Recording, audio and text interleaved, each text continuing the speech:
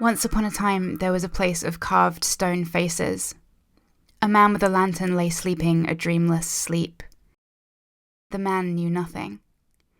One day, the man woke up. He rubbed the dried ink caked over his eyes and opened them. Around him, he saw other people stirring, and beyond, a horizon of unbroken darkness. A woman approached the man with the lantern. They had no words. They were a mystery to each other. Suddenly, a monster emerged from the darkness, its eyes wild with hunger. The people were no match for the monster. It tore their flesh and crushed their bones between its teeth. Some it devoured whole.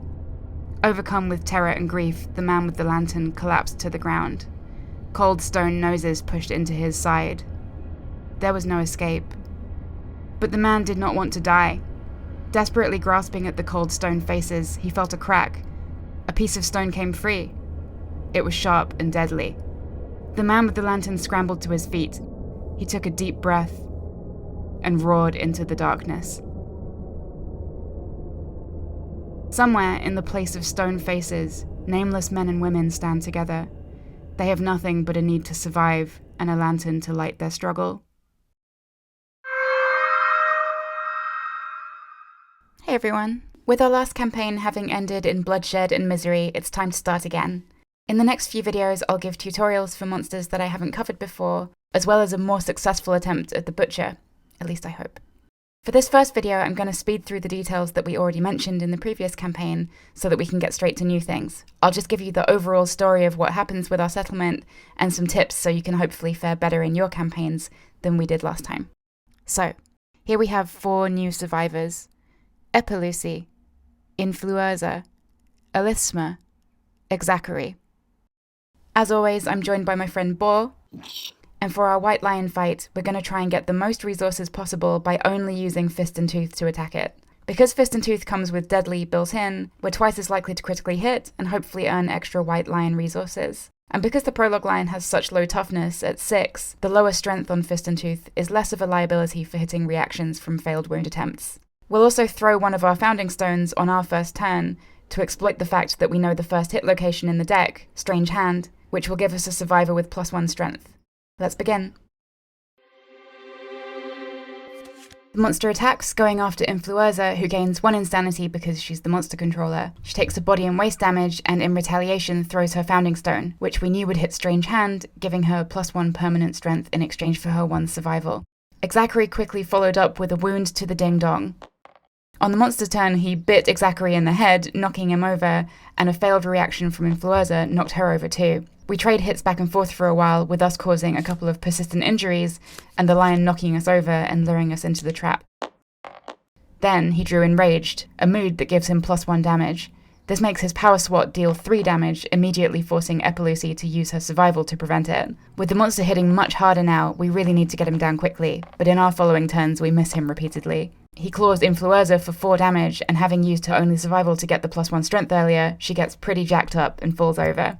Epilucy continues our missing streak, but Elisma is able to score a crit thanks to Deadly, giving the monster another persistent injury that gives him a 1 in 5 chance of missing his turn. We're very happy about that until Exacary hits a failure reaction on Beast's paw, meaning he'll take a +3 damage attack. Thankfully, one of the hits misses, and he uses survival to dodge the other one. However, right after that, the monster chomps him in the head a second time, and he takes 2 severe injuries. Miraculously, although he's deafened and concussed by the attack, he survives. On a 1 to 4 on either of those dice, he would have been decapitated. All of the head chomping does make him apathetic, though. Fortunately, Epilucy is able to score another wound, and we get a lucky break with the monster not choosing to target anyone for a turn, since he can't see any threats. We seize the opportunity by missing several times, hitting the trap, and getting the apathetic Exacary decapitated. With momentum on his side, the lion immediately deals 2 more head injuries to Influenza, blinding her in 1 eye and shattering her jaw. We trade a couple more hits back and forth, getting the monster down to just 1 card in his AI deck, but all 3 remaining survivors are very beaten up by now. Epilucy scores a clutch critical hit that makes everyone stand up and gives them 3 insanity, letting Elisma get into the monster's blind spot, and miss.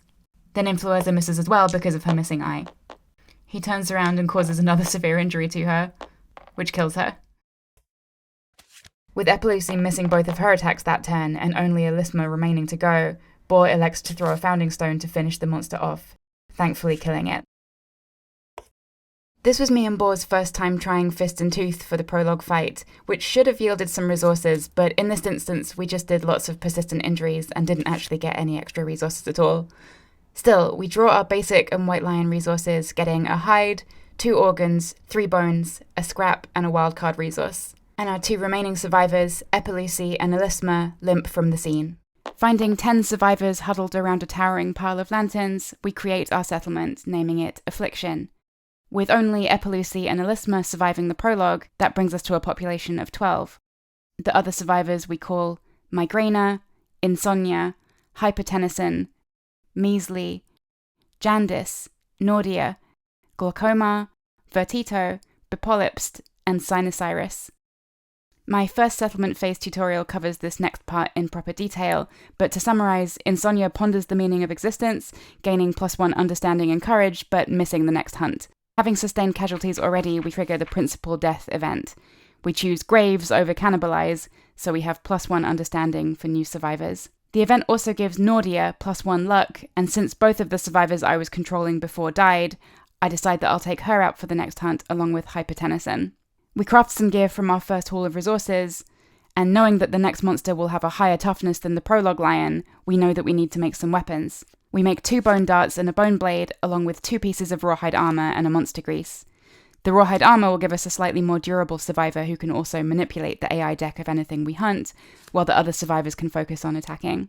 It's definitely a shaky start with our 2 deaths and meager haul of resources so far, but we're almost ready to embark and fight our first quarry.